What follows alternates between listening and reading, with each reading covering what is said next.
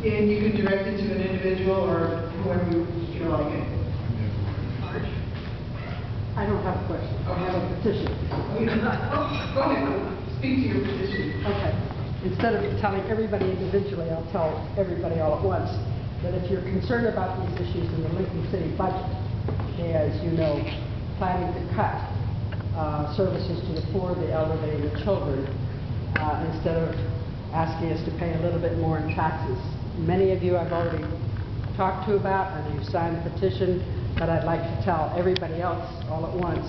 We're collecting thousands of signatures, going to take them to City Council on August 8th for their public hearing, and we're hoping that we can win again this year. Last year we persuaded them not to put on a entry fee to the Pioneers Park Nature Center. This year we're hoping to go broader than that and actually ask for an increase in taxes so that they'll cut services. So I'll be in the back where the refreshments are when we go to refreshments, so you can sign the petition. Question? Sure. One thing I was wondering was the chance that AARP would go after putting Social Security on all income. Not this game of playing it up just a few more dollars. Because I've talked to this with my Republican friends. I've been a lifelong Democrat.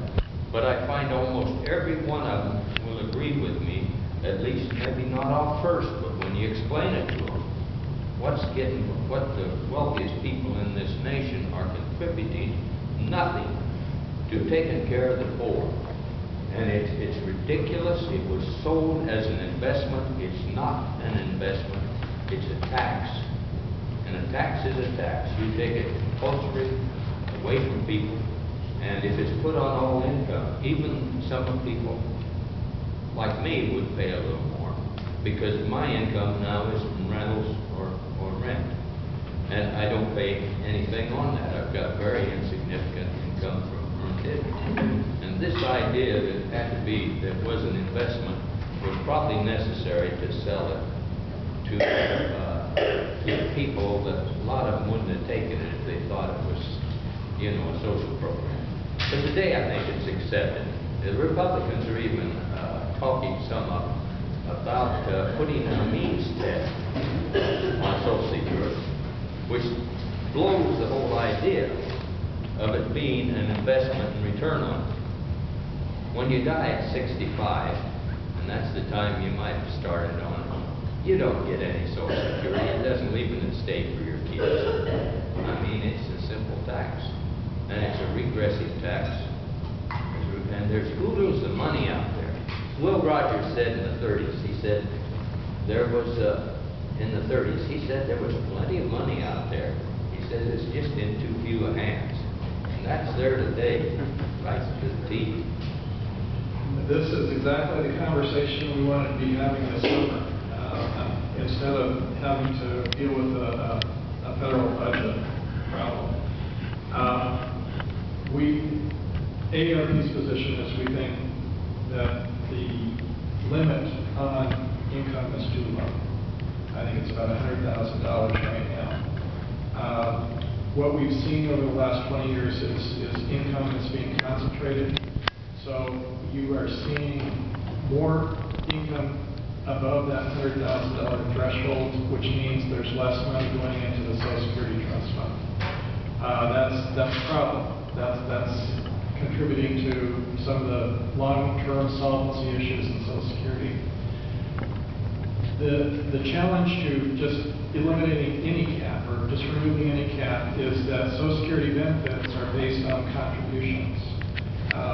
It's a progressive benefit in that your lower wages are replaced at a higher rate than your higher wages, but still it's 15% of wages replaced above that, whatever that threshold would be, which would increase those benefits for those individuals. So there's some things we need to work out in how that is. Do we need to change the benefit formula if we're going to just uncap it? But those are the types of things we need to have a good discussion of and talk about. What are the ramifications of doing that in terms of the benefits for those high-income individuals? Is that really what the direction you want to go? So, this is, as I said, this is the conversation we hope to be having this summer. But unfortunately, we have this recalcitrant Congress who won't raise the debt limit. But, though, to make it complex in selling something like this, certainly the benefit structure has to be redone, which if you get reasonable people working at, would be a simple thing to set down in a matter of days almost. If you analyze workplace, the Army's estimate of the situation, where you start out and try to get all the facts of the situation and study them, analyze them, and then go with your discussion. But today, Congress is starting out with fixed lines. And the key point they made was those reasonable people. And if we can just find them, we'd be fine. Other questions or comments? As long as we're on ARP, and I'm a member, and obviously you're doing fantastic things, there's a lot of objection to the idea that was in all the newspapers and everywhere else that ARP was essentially accepting compromises on Social Security and Medicare that they actually came out in favor of. And would you want to comment on that? Sure. They were not. Let me put it this way: they weren't compromises the progressive community was in favor of. And the source of that Could you report, repeat that? the question was that there was some reporting that ADRP was compromising on Social Security issues. And would I care to comment on that? The source of that reporting was the Wall Street Journal. So that's the first thing I'd say. The second thing is that we had our plan, and as I just mentioned, this summer was to talk about, so let's have an open discussion about Social Security. Take it out to our members and talk about the issue, and try to have an objective discussion of where we're going, where the program needs to go in the future. Somehow I think that story was kind of twisted a little bit to say we were going to give up on benefits, and that's not the case. I think those discussions about the cap on wages is something we need to look at, the benefit formulas. What about retirement age? About Retirement age, or sorry, eligibility age. Yeah, historically we have not favored that, but that again, that's something we want to hear from our members about. Is that something they think we need to consider? As I look at life expectancy, there has been an increase in life expectancy overall, but life expectancy at 65 has not grown that much. So those are, again, some of the things we need to take into consideration as we have this discussion. I think the story got out a little ahead of us where we wanted to be at this point, but we're going full bore to protect Social Security benefits for current beneficiaries. Our drop dead is that the Social Security didn't create the budget deficit, didn't create the debt. It should be used to balance the budget. Paul?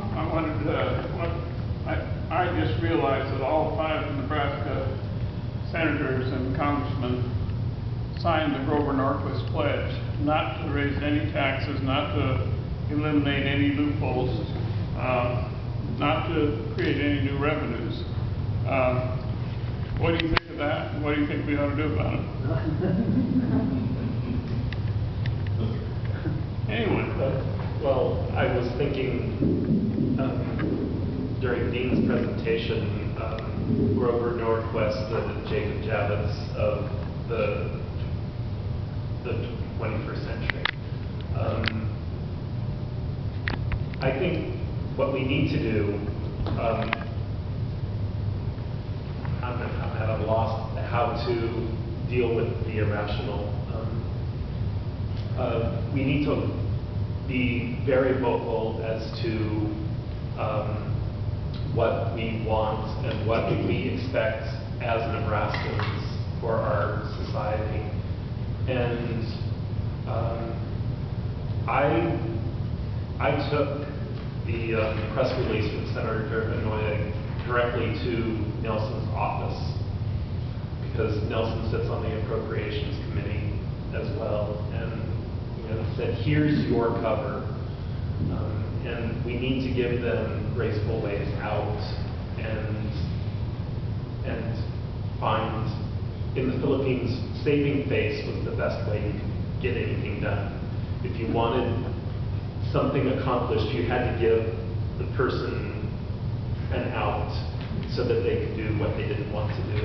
And we need to help them save face, and even if it's ugly.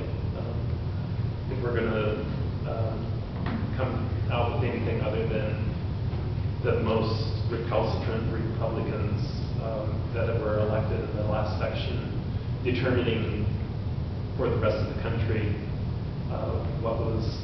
what our future is going to look like, we need to do what it takes to give them the out, to make the change, and promise to back them up.